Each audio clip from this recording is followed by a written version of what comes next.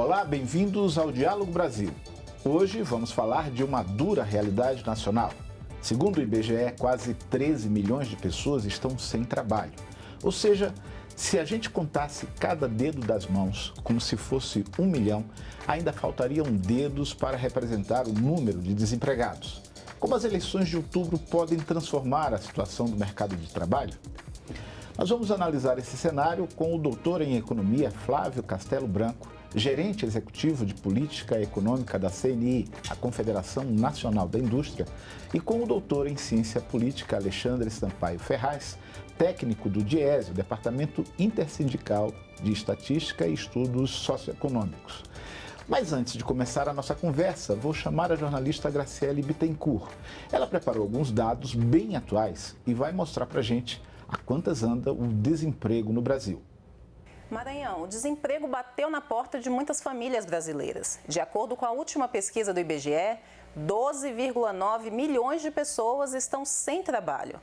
Tem gente que está procurando emprego há mais de 2 anos e ainda não conseguiu um trabalho formal. São 3,1 milhões de pessoas nessa situação. O desemprego está impactando todos os estados, mas o caso mais grave é o do Rio de Janeiro. 4 anos atrás, o estado tinha 508 mil desempregados. Neste ano, o Rio tem 1.300.000 pessoas sem trabalho. Uma alta de 160%, segundo dados da Pesquisa Nacional por Amostra de Domicílios. E aí, com a falta de emprego, aumenta também o endividamento. O Serviço de Proteção ao Crédito, o SPC, divulgou que no mês de julho, o total de brasileiros com dívidas em atraso chegou a 63,4 milhões. Para quem está de entrevista em entrevista, buscando uma vaga de trabalho, não está fácil encontrar alternativas. Está todo mundo querendo saber como e quando o Brasil vai voltar a gerar empregos, Maranhão. Os dados que a Graciele nos traz aí são preocupantes, Flávio. Você imagina que a gente tenha um caminho a seguir para enfrentar isso com consequências positivas para a sociedade?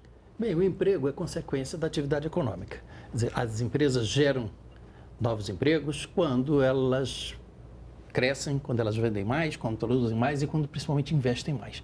Então nós precisamos cuidar do ambiente em que as empresas operam para que nós tenhamos empresas saudáveis, empresas competitivas, que sejam capazes de estar com projetos novos, principalmente, com novas plantas, ampliando as suas plantas, para necessitar de novos recursos e ir ao mercado de trabalho e oferecer essas vagas para a quantidade de pessoas que estão aí à procura de novas oportunidades. Agora, Alexandre, me parece que esse ambiente desenhado pelo Flávio requer um fator essencial chamado confiança.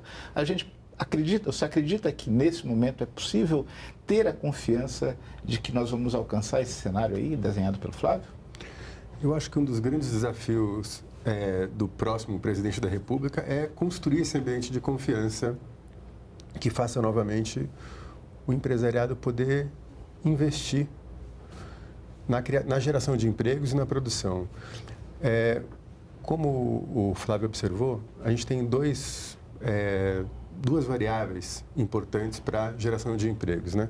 De um lado, o investimento, que para mim é a variável central, e é um grande problema que a gente teve foi o tombo do investimento desde 2014, com uma recuperação muito breve em 2016, insuficiente, e logo uma queda novamente. Mas do lado da demanda, nós não tem crescimento possível, porque com 3 milhões de desempregados, com uma massa de trabalhadores, mais de 10 milhões sem carteira assinadas, 23 milhões por conta própria, você não tem mercado de consumo. As pessoas caíram na informalidade e não se vê uma perspectiva desse cenário mudar, é isso? Isso. No período em que houve uma expansão da economia brasileira, houve uma redução da informalidade, certo? Você tem várias causas da informalidade, mas é evidentemente que para reduzir a informalidade você precisa reativar a economia para reativar o mercado de trabalho e ter outras políticas que ajudem vamos dizer, a formalização desse mercado, a capacitação dos indivíduos, a qualificação, a adequação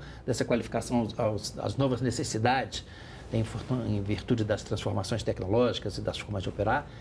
E isso foi interrompido pelas dificuldades que a economia brasileira teve a partir do início dessa década, principalmente, né? Quer dizer, o desequilíbrio fiscal terminou gerando uma forte contração da economia, né? Como disse aqui o Alexandre, o investimento se recuou profundamente, nós tivemos uma queda aí por volta de 30% do investimento, você tem uma capacidade ociosa elevada e precisamos reativar essa economia.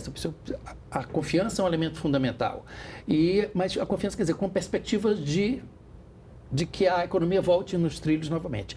A mudança de governo sempre é um momento em que essas expectativas, essas novas vamos dizer, crenças no futuro, nova confiança pode se instalar. Evidentemente que eu digo, tem que ser com políticas que façam com que o setor privado, o empresário do setor privado se sinta estimulado a novamente procurar o investimento, a oferecer novas oportunidades em termos do mercado de trabalho. Precisamos, então, desse ambiente de confiança, amigável para as empresas operarem e principalmente, vamos dizer, retirando algumas das obstruções, das dificuldades que a economia brasileira ainda apresenta. O custo de produzir ainda é muito alto no Brasil, certo? Considerando isso, houve aí recentemente várias tentativas, quer dizer, não se ficou parado. O que é que não funcionou? Por exemplo, havia uma expectativa de que a reforma trabalhista pudesse mudar um pouco esse cenário. O que é que não funcionou? Ou, pelo contrário, o que é que precisa funcionar para que a gente saia desse estado de estagnação? É difícil imaginar que a reforma trabalhista fosse entregar o que ela prometeu, né? A variável central é o investimento. E a reforma trabalhista não mexe nessa variável, né?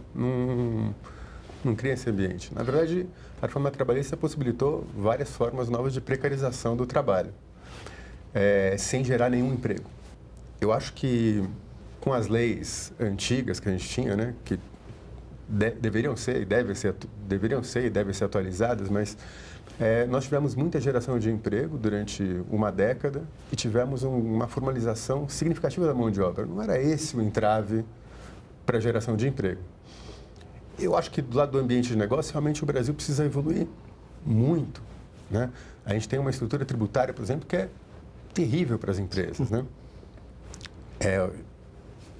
Um cipoal jurídico, como diria um amigo meu, que as empresas têm que ter estruturas gigantescas só para cuidar dos aspectos tributários. É um custo absurdo. E o custo do capital, que é gigantesco também no Brasil.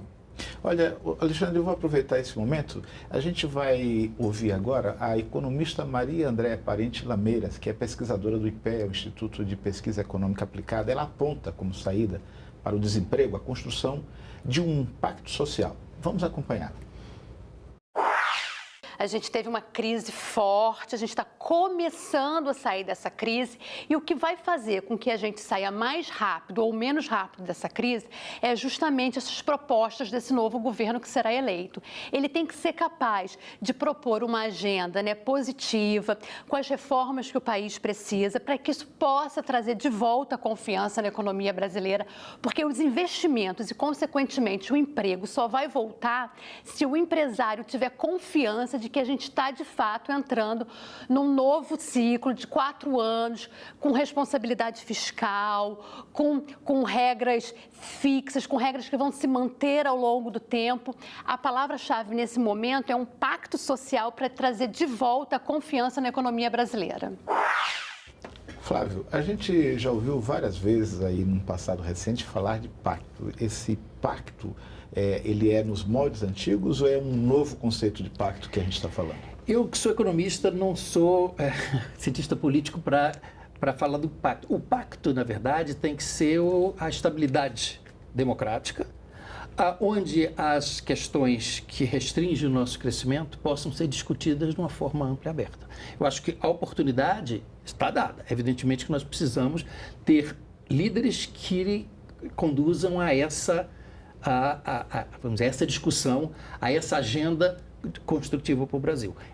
Ela mencionou aí as reformas, a questão o Alexandre mencionou a reforma tributária, reduzir o custo de produzir no Brasil, os entraves de natureza regulatória, etc. e tal. Eu até vou voltar à questão da reforma trabalhista. Ela não vai mostrar grandes resultados enquanto você não tiver esse outro ambiente em que o investimento apareça. Porque o que ela iria produzir seria maior facilidade para a contratação, principalmente nas novas formas de contratação que ela permite, num ambiente mais flexível que a nova economia economia exige, certo? Agora, essa nova economia, para ela se instalar, para ela mostrar uma dinâmica forte, ela precisa deste outro ambiente de negócios, ambiente institucional e de confiança, que evidentemente, precisamos de estabilidade democrática política e estabilidade das regras em que as empresas operam. Alexandre, você acha que há espaço para esse novo pacto? Você concorda com a opinião do Flávio? Eu acho que os economistas são centrais para o pacto, para qualquer pacto, né? Mas eu acho que o país precisa, novamente, que as forças sociais, né, se aliem em torno de um projeto de desenvolvimento. Eu acho que um país sem projeto de desenvolvimento, ele não vai a lugar algum, né? Então, nós temos tremendos desafios. Tem um novo mercado, um novo mundo do trabalho, né? A indústria 4.0, e esses desafios não serão vencidos se agirmos cada um por si. Se só com base no livre mercado, né? Na ideia de um livre mercado hipotético, cada um por si, isso daí não vai acontecer. Nós precisamos realmente de estabilidade, de confiança, de uma interação previsível dos principais atores, né, para poder dar esse ambiente de negócio. Veja só o que a gente tem hoje. Nós temos excesso de dinheiro no mercado, excesso de recursos. Estava discutindo com o Abjalde da CNI. Os fundos de investimento têm recursos em abundância, mas ninguém quer investir, não tem projeto. Alexandre, nós vamos fazer um breve intervalo, a gente vai voltar a esse assunto no segundo bloco. Já já a gente volta. É só um instante, daqui a pouco o Diálogo Brasil retorna.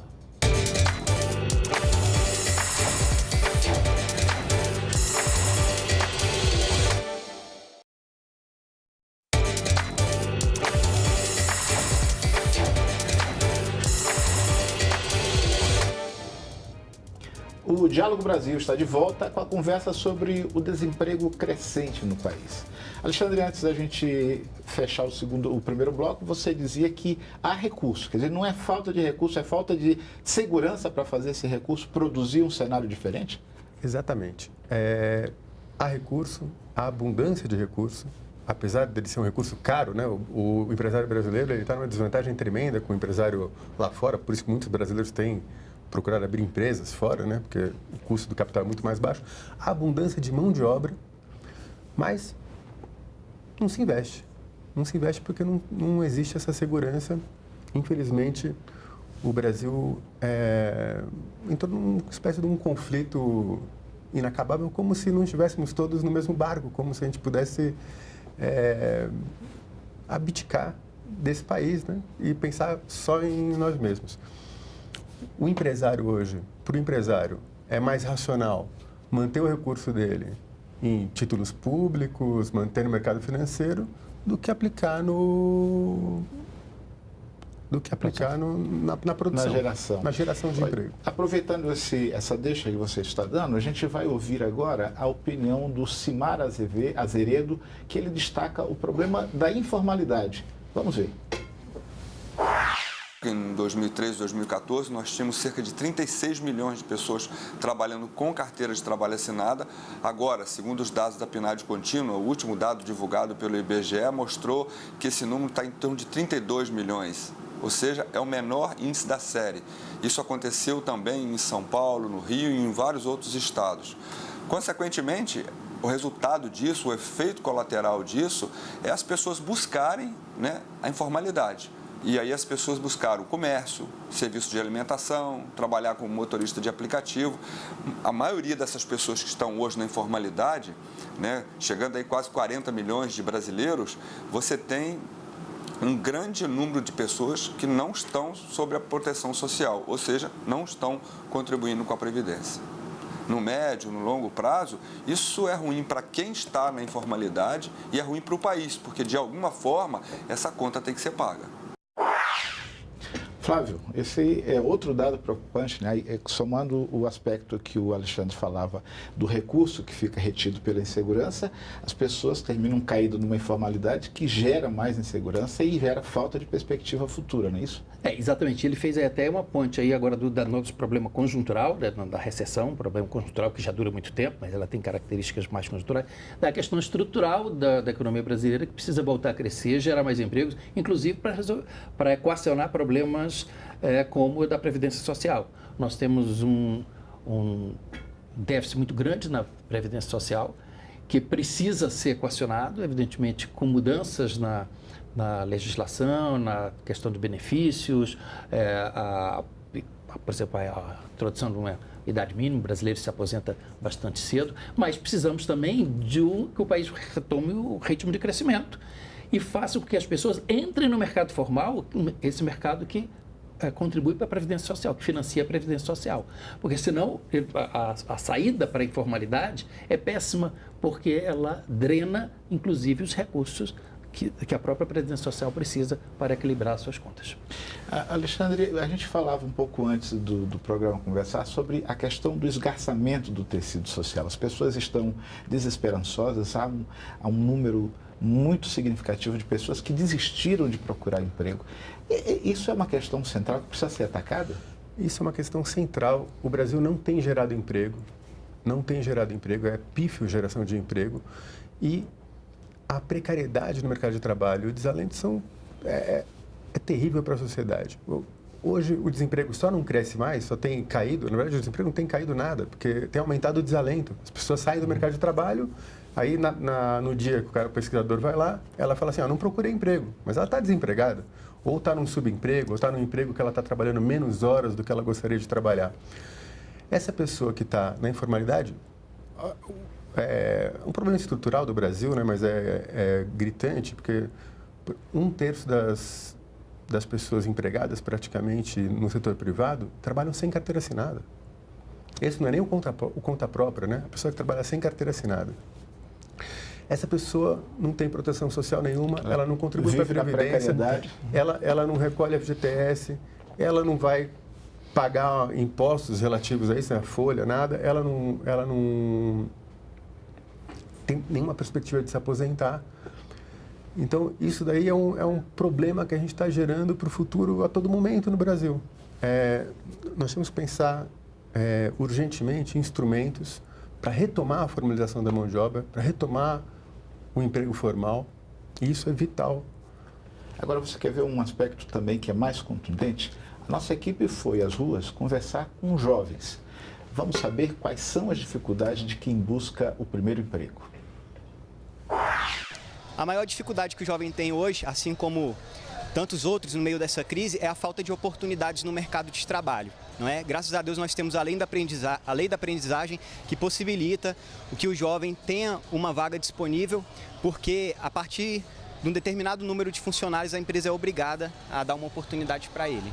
Quando um adolescente vai procurar, ele precisa ter experiência, não como se você chegar no local e você falar, preciso de emprego, eles vão perguntar pra gente, você tem alguma experiência? E você vai falar que não, eles vão fechar as portas para você. A gente manda os currículos para a empresa, somos chamados, né, para poder fazer a entrevista e não chamam. Eu me graduei e eu não consegui emprego na minha área, tive que ir para um emprego que não exigia a minha graduação, era um emprego de nível médio. Então, eu acho que o principal é que as pessoas tenham esperança e não desistam. A maior dificuldade para mim no momento tem sido a qualificação, né? Que eles estão exigindo estão exigindo qualificação, falta pessoas qualificadas, né? E eu não tenho faculdade, né? Então fica mais difícil de achar emprego. Flávio, um dos nossos entrevistados aí falou em não perder a esperança. Mas a gente tem, numa ponta, apesar de todo o esforço do governo para mudar esse cenário, você tem numa ponta pessoas desalentadas que desistem de procurar, estão há mais de 2 anos procurando emprego e não conseguem, e na outra ponta, jovens que tentam entrar no mercado de trabalho e também não têm uma resposta positiva. Você acha que a formação desse jovem tem um papel também importante nesse processo? Com toda certeza. Nós precisamos adequar a construção das competências com que as pessoas se qualificam para aquelas competências que as empresas precisam. É claro que nesse momento de recessão, fica difícil, você tem um fator adicional, que é a retração da economia e o baixo nível de emprego. Mas, por exemplo, há alguns anos atrás, talvez 8, 10 anos, uma da discussão no Brasil que se tinha era a escassez de mão de obra qualificada. Nós detectávamos nas nossas sondagens lá na CNI, exatamente os empresários dizendo que não encontravam as pessoas que precisavam.